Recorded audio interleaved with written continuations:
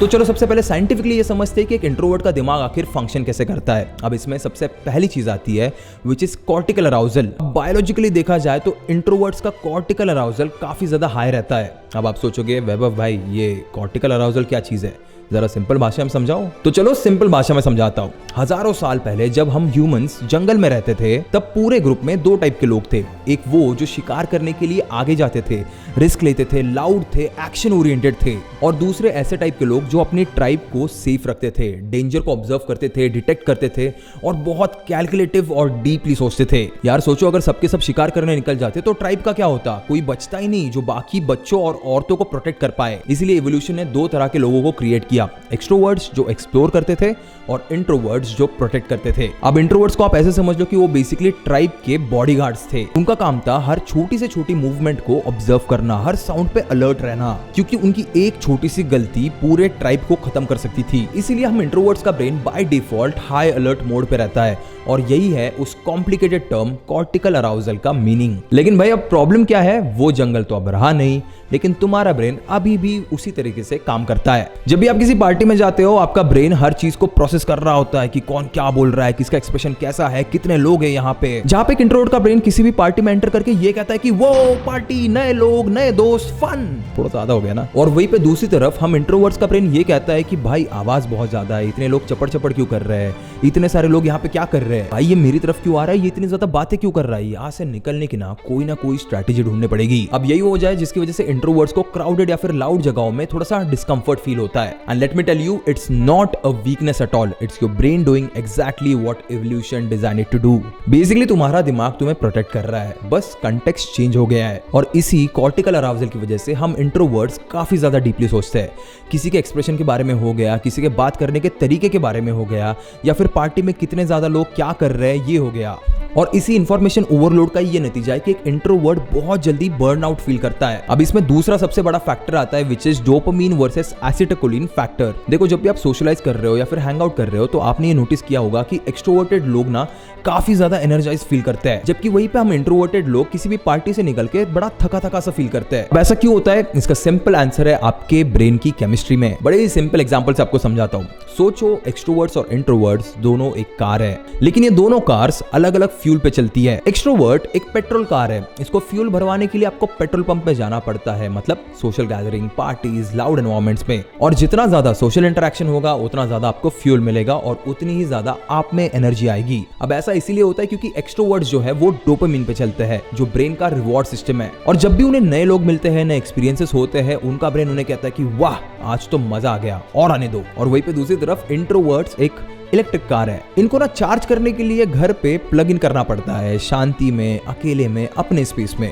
अब अगर आप किसी इलेक्ट्रिक कार को पेट्रोल पंप पे ले जाओगे तो क्या होगा, वो वही के वही खड़ी रह जाएगी। अब हम जो इंट्रोवर्ट्स है ना वो एसिटाइलकोलिन पे चलते हैं। ये एक ऐसा केमिकल है जो नॉर्मल होने का फीलिंग तब देता है जब एनवायरनमेंट शांत हो, डीप थिंकिंग वाला हो और जब आपके पास पीस हो। इसीलिए तो जब भी कोई इंट्रोवर्ट किसी पार्टी में ये सोच के जाता है कि आज तो मजा आएगा, वो हमेशा डिसअपॉइंटेड रहता है और बड़ा थका हारा सा वापस आता है, क्योंकि तुम्हारा जो फ्यूल है वो वहां पे मिलता ही नहीं। तुम्हारा ब्रेन ऑलरेडी इतना काम कर रहा है सराउंडिंग को प्रोसेस करने में कि उसे रिचार्ज करने के लिए ऑपोजिट एनवायरनमेंट चाहिए, which is peace, silence and solitude. अब इसके बाद अगला थर्ड फैक्टर आता है साइकोलॉजी। देखो अब तक मैंने जो 2 पॉइंट्स बताए वो थे बायोलॉजिकल रीजंस, अब थोड़ा साइकोलॉजी समझनी पड़ेगी ताकि आपको एक्चुअली में पता चले कि इंट्रोवर्ट का दिमाग कैसे काम करता है। बस सोचो आपके पास 2 कंप्यूटर्स है।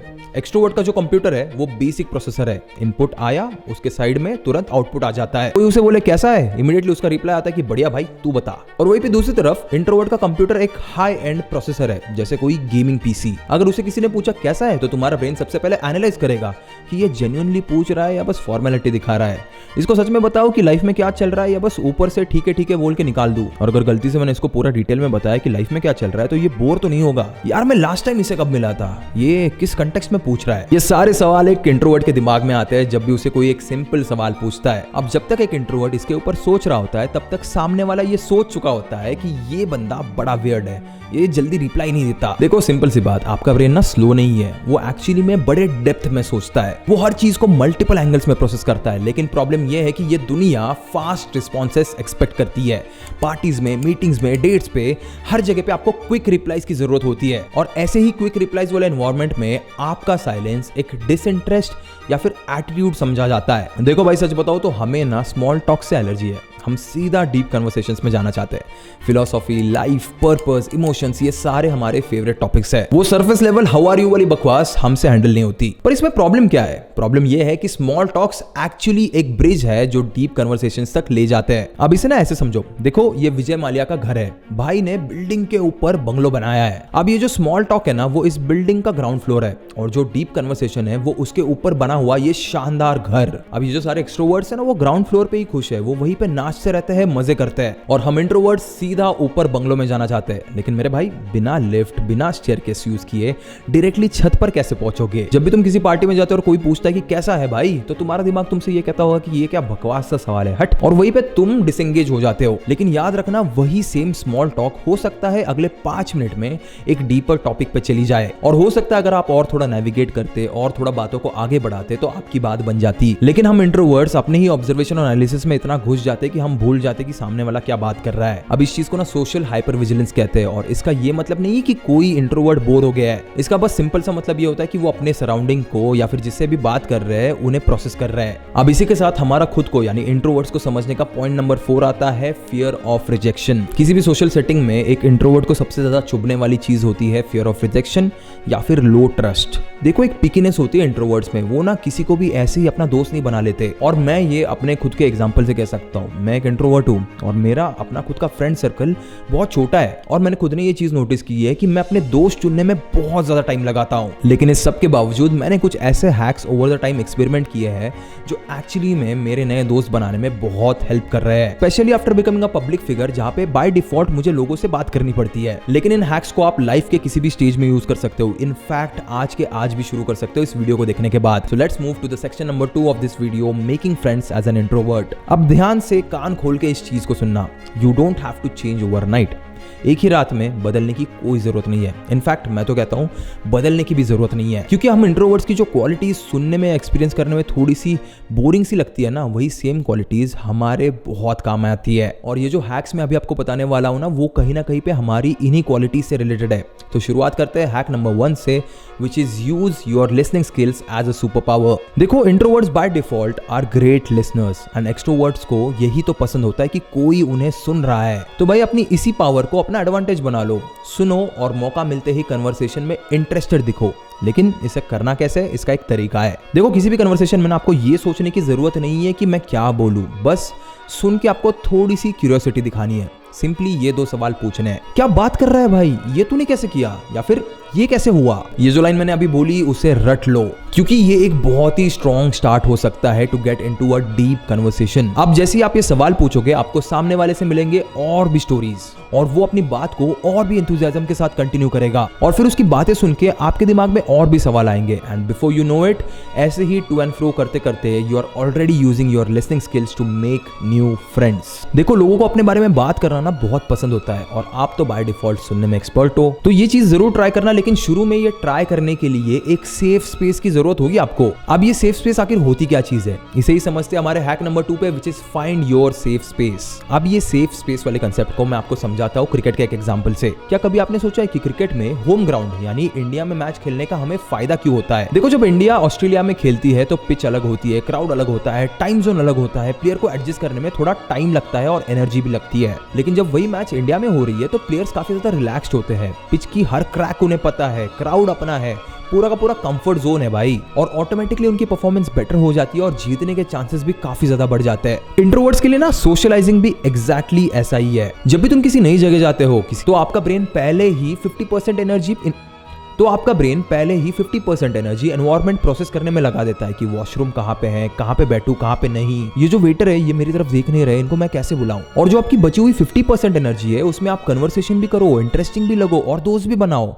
ये सब कुछ एक साथ करना इम्पॉसिबल। लेकिन अगर वही मीटिंग आपकी किसी रेगुलर कॉफी शॉप में हो जहां पे आप हफ्ते में 3-4 बार जाते हो तो क्या होगा? आपको पता है कि कौन सी सीट वहां पे सबसे ज्यादा बेस्ट है, आपको पता है कि मेनू में क्या ऑर्डर करना है, आपको ये भी पता है कि वॉशरूम किस साइड पे है। तो यहाँ पे ना आपका ब्रेन ऑलमोस्ट 0 एनर्जी लगाता है अपने एनवायरमेंट पे, और इसका रिजल्ट आपका 100% फोकस होगा बस कन्वर्सेशन पे। और सामने वाले को ये लगता है कि यार ये तो बहुत कॉन्फिडेंट है, कंफर्टेबल है, इंटरेस्टिंग है, जबकि आप इंसान वही हो, बस आपने जगह चेंज कर दी। और इसी सेफ स्पेस का सबसे बड़ा फायदा होता है नो हिडन सरप्राइजेस। देखो किसी भी फैमिलियर जगह में ना तुम्हें कोई भी अनएक्सपेक्टेड चीज हैंडल नहीं करनी पड़ती, चाहे वो जिम हो, कॉफी शॉप हो या फिर आपका रेगुलर पार्क ही क्यों ना हो। आपको वहां के कोने कोने की चीज पता होती है, और जब आप ऐसे एनवायरमेंट में रिलैक्स्ड रहते हो, कॉन्फिडेंट दिख रहे होते हो, तो आप सामने वाले को भी कंफर्टेबल फील करवा सकते हो। वरना नॉर्मली क्या होता है, दोनों नई जगह पे गए हैं, दोनों अनकंफर्टेबल है, दोनों बड़े ऑकवर्ड सा फील कर रहे हैं, और उसी वजह से कन्वर्सेशन भी बड़ी ऑकवर्ड सी हो रही है। अब बस 1 मिनट के लिए रुक के जरा ये सोचना कि आपका सेफ स्पेस कहाँ है।